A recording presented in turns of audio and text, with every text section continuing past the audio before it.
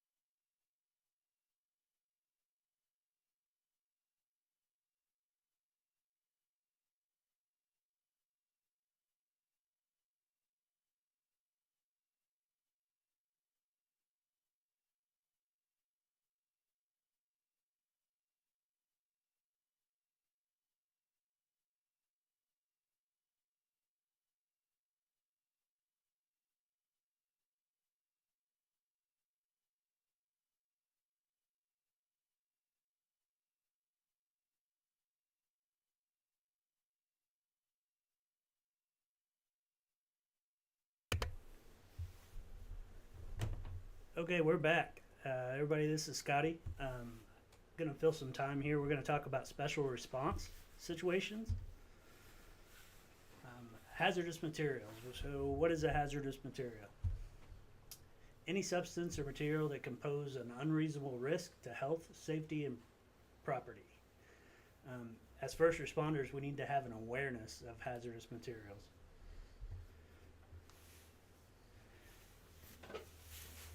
So, understanding what hazard materials are and the risk associated with them, understanding the potential outcome of what a hazardous material might bring. We need to be able to recognize the presence of hazardous material. Understanding one's role in an agency's response plan. So, what your role is going to be dependent on at what level you're trained. Are you hazmat awareness trained, operations, tech, a specialist? We need to have an understanding of the need for additional resources. Is it a large hazmat incident or a smaller one?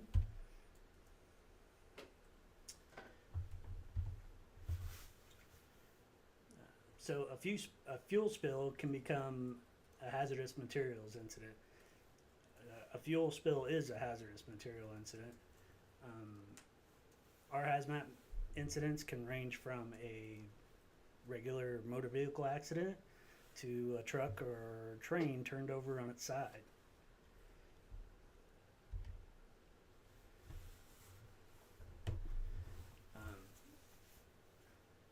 Chemicals, pesticides may cause hazardous material situation.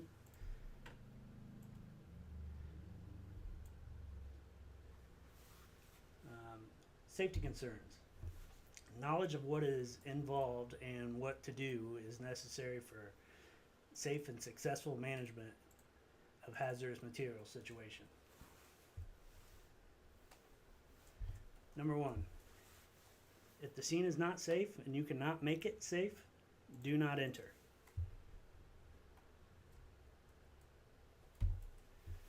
So approaching the scene, what are some of the things we need to think about? The wind speed and direction, the time of day, the location. Are we going to a densely populated area? Are we going to an urban area? Things to keep in mind.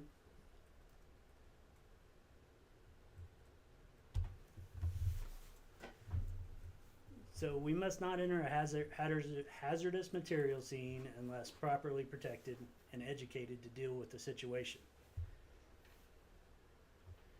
So we roll up and we see a bunch of people down in the back of a semi-trailer. We need to recognize that and start thinking about why they're down and what precautions we need to take.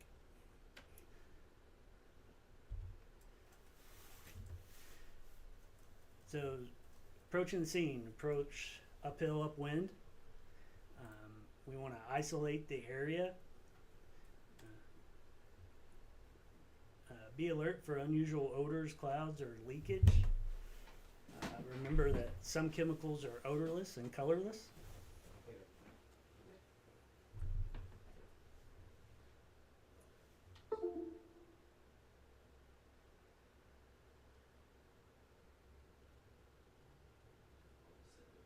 Stand by 1 second.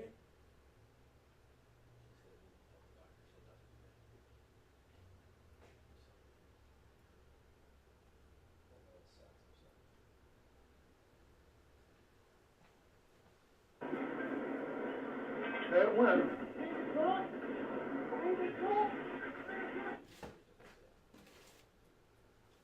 Goodness, this mouse is horrible.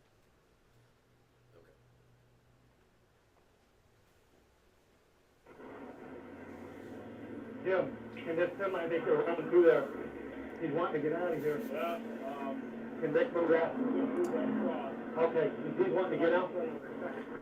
Somebody that's in this stuff and saying, I want to get out here. yeah, we need to get everyone out. Now, I told them to get going. If they want to go now, that's where they stay, nobody else does. See, they're wanting out of here now. They're telling them they can't go on, so I think they got coming.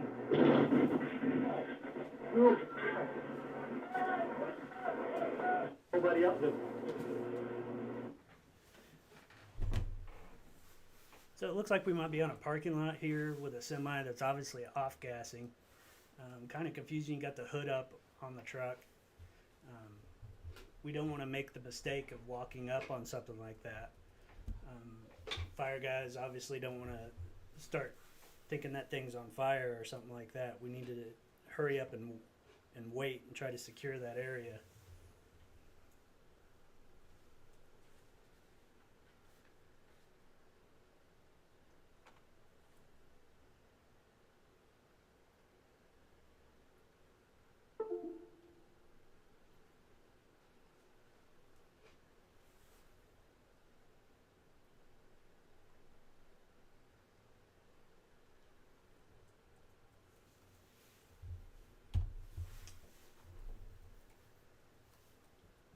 So response guidelines, approach guidelines, obviously don't drive through anything leaking or vapor clouds. We want to keep all personnel and bystanders at a safe distance. We need to approach the scene with extreme caution. Remember not to rush in on into a dangerous situation. So tools we have is the emergency response guidebook. I know at METS we have one, and supposed to have one in every ambulance. There's apps for these now. I think I use an EGR 2020. Am I too loud? No. Turning you up a little bit. But these are tools we use to identify hazards, potential hazardous materials. Placards on semis. With the EGR, we can check the placards and identify what kind of chemical or gas we're working with. Several examples of warning placards. Several different classes, flammable liquids, flammable solids, oxidizers, you got poisons, explosives, radiation. It's not something we normally see, but it does come through our area occasionally.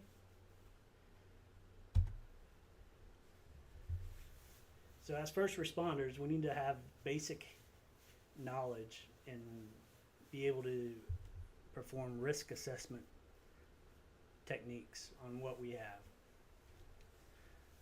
We need to select the proper PPE. Once again, I think in the EGR, it'll tell you what PPE is required. An understanding of basic hazardous material terms. So when we think of hazardous materials,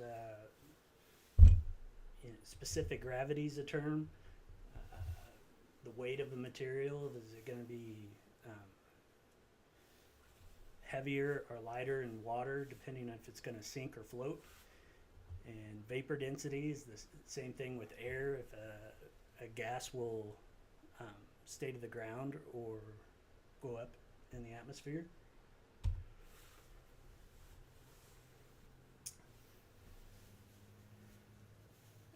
So at first responders, we need to be able to perform basic containment and confinement operations.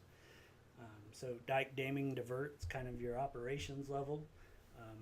The awareness guys can assist with this, assist with evacuation if needed.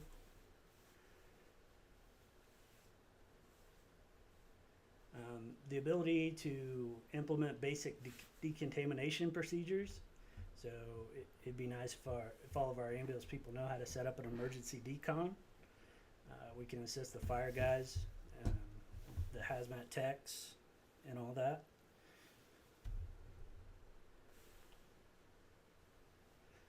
Understanding the standard operating procedures and termination procedures. We're kind of lucky in this area. Joplin is call it a regional hazmat team. I didn't get that. Could you try again? Nice.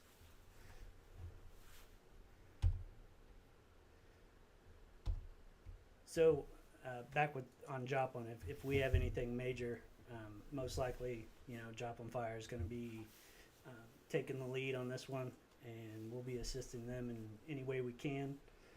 The Mets guys, hopefully we won't have patients involved, but that's going to be our main priority is treatment and transport. MSDS sheets, so all companies that house hazardous materials have to have MSDS sheets available to us. Basically, it gives us all of the information about a chemical.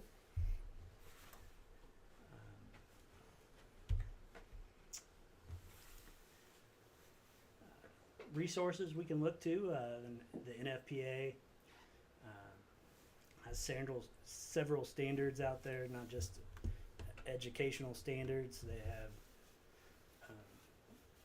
basically NFPA 400, everything has something to do with hazmat, correct? Chemtrek, that's a good number to have. It's a 24/7 emergency line that we can call, and they can help us mitigate the problem.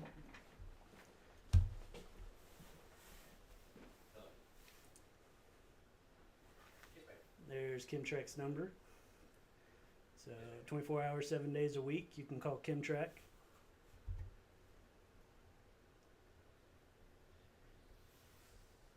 Procedures for a hazmat incident. In most cases, care for the patient cannot begin until the scene has been determined safe or decontaminated. We still might even have to decontaminate the patient before we start treatment.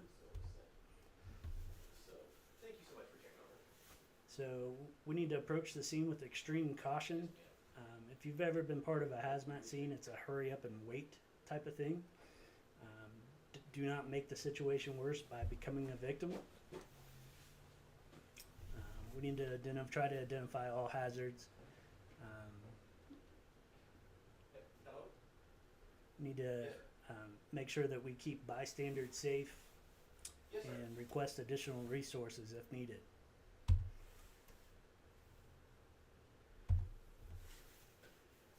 So educational levels for first responders, you have first responder awareness, first responder operations. Those are guys that can do, the basic dike damming and divert. Hazmat techs, so there would be the guys in the suits that go in and try to mitigate the spill. Specialists and commanders above me. To me, the hazardous material specialist is kind of like the science guy that knows how that chemical is going to react to a certain they're just the expert.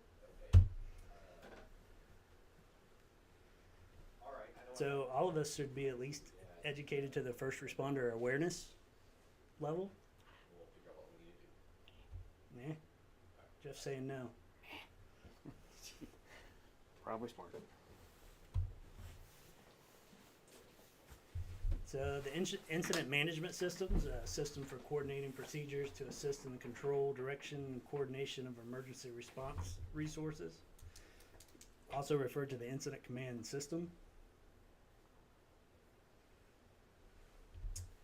So it was designed to be to allow for smooth operations at the scene of an emergency.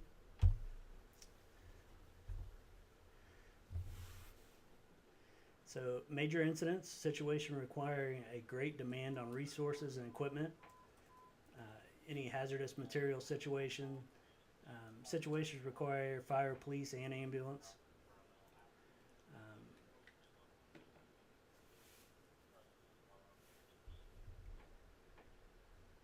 And incidents where it's uncertain where whether the incident management system is required.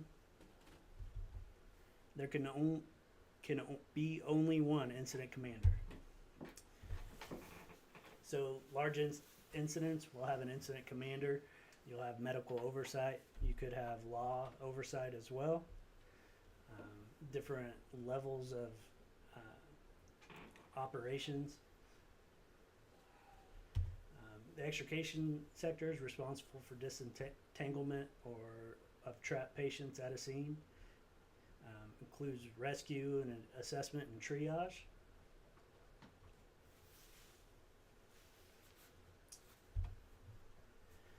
The treatment sector is responsible for additional care as patients are brought from the extrication and triage sectors. Transportation sector coordinates available resources of receiving hospitals, air helicopters, and ambulances. We want to try to maintain some type of record of patient transport destinations. If we have a mass casualty, it's kind of hard to get all of their information.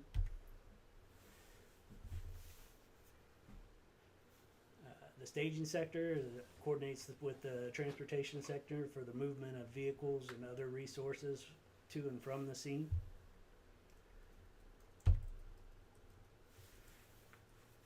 Supply sector is responsible for obtaining additional resources such as equipment, supplies, and personnel. All these sectors are nice. Most of the time we have one person playing multiple roles here that's handling all of this. Triage sector is an optional sector responsible for determining which patients have treatment and transport priority. Once again, this may be done in the extrication and treatment sectors.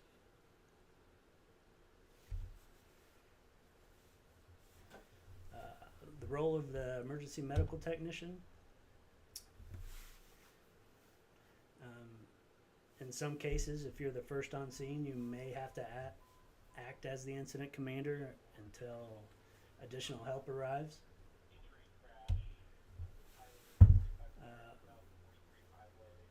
MCIs, any event that results in a number of patients that exceeds the capability of normal response system. I gotta be honest, a car wreck with more than 5 patients for us is usually an MCI. It's not to a full-scale event, but it does take a lot of our resources.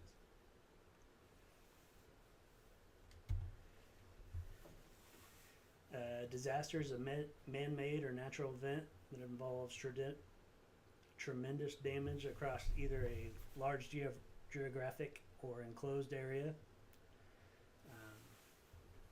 We may or may not have a lot of injuries involved. Let me go back to this real quick.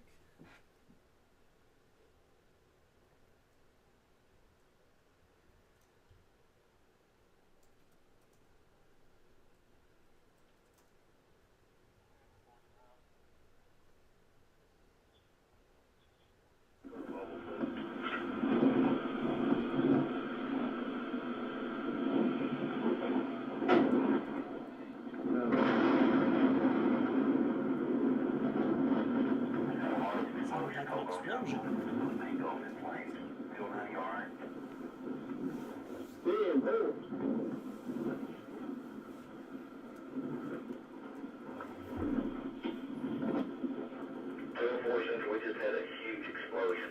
We've got massive fire out here on Dudley here at the rail yard. All kinds of stuff on fire. Wait a second. Just lost power down here on the hill. 209, you might want to back your unit up.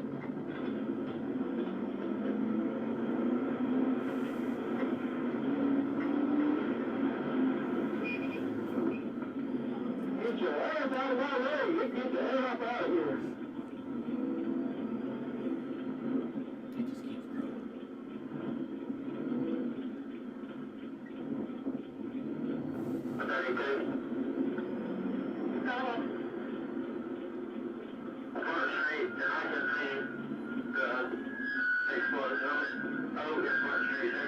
all this here.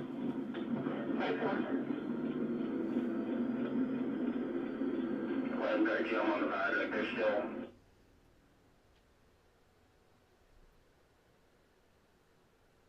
That is a fire.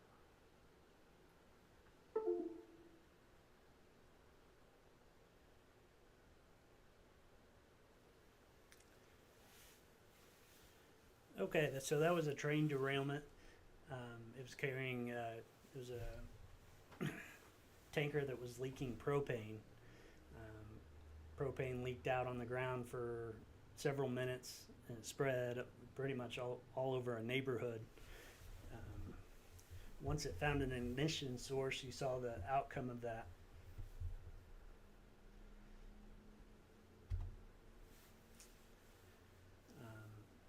Response to disaster, or MCI, you've got the activation phase. I know at METS we have the regional response team for disasters. We get activated. We have a certain amount of time to get on the road, and as soon as they say go, we leave. And the implementation phase, we go where we're assigned, and we could be staged just about anywhere. This last one, we had crews that were pretty much like a triage hospital in Louisiana.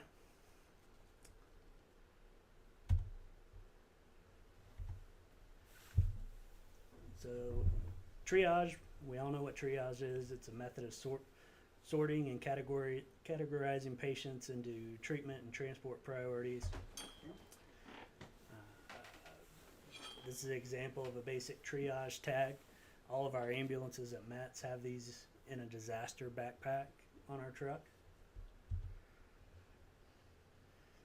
There are several different kinds, but they're all fairly similar.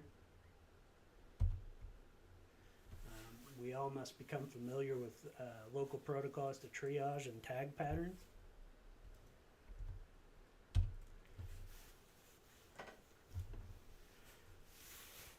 So as providers, we need to be knowledgeable in patient assessment and interventions. The most knowledgeable should probably be the triage officer.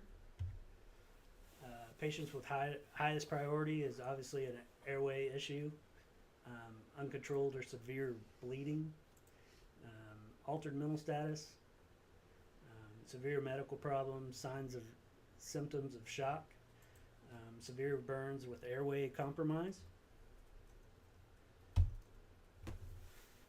Second priority, burns without airway compromise, multiple or major bone or joint injuries, back injuries with or without spinal cord damage. Lowest priorities, minor bone or joint injuries, basically, the walking wounded. Cardiopulmonary arrest, death. These patients are our low priority in a triage situation.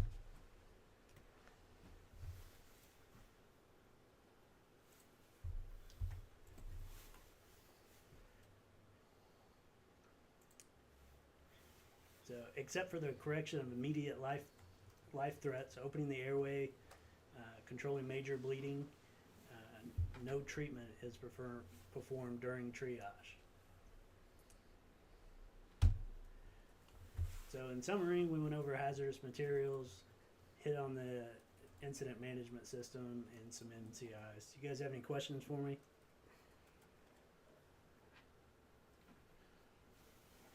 We've had a pretty good background discussion while you've been presenting. Okay. We've been discussing, wind speed direction, what target hazards are in the area, things like cold storage, or even to like a Walmart or a Lowe's style big box store. And so there's been some pretty good input on placards, exactly what the numbers mean. The 4-digit number is chemical or product specific, where the classification number, the 1 through 9, is not. It gives you the area of concern that you look up in the ERG. So, very good stuff.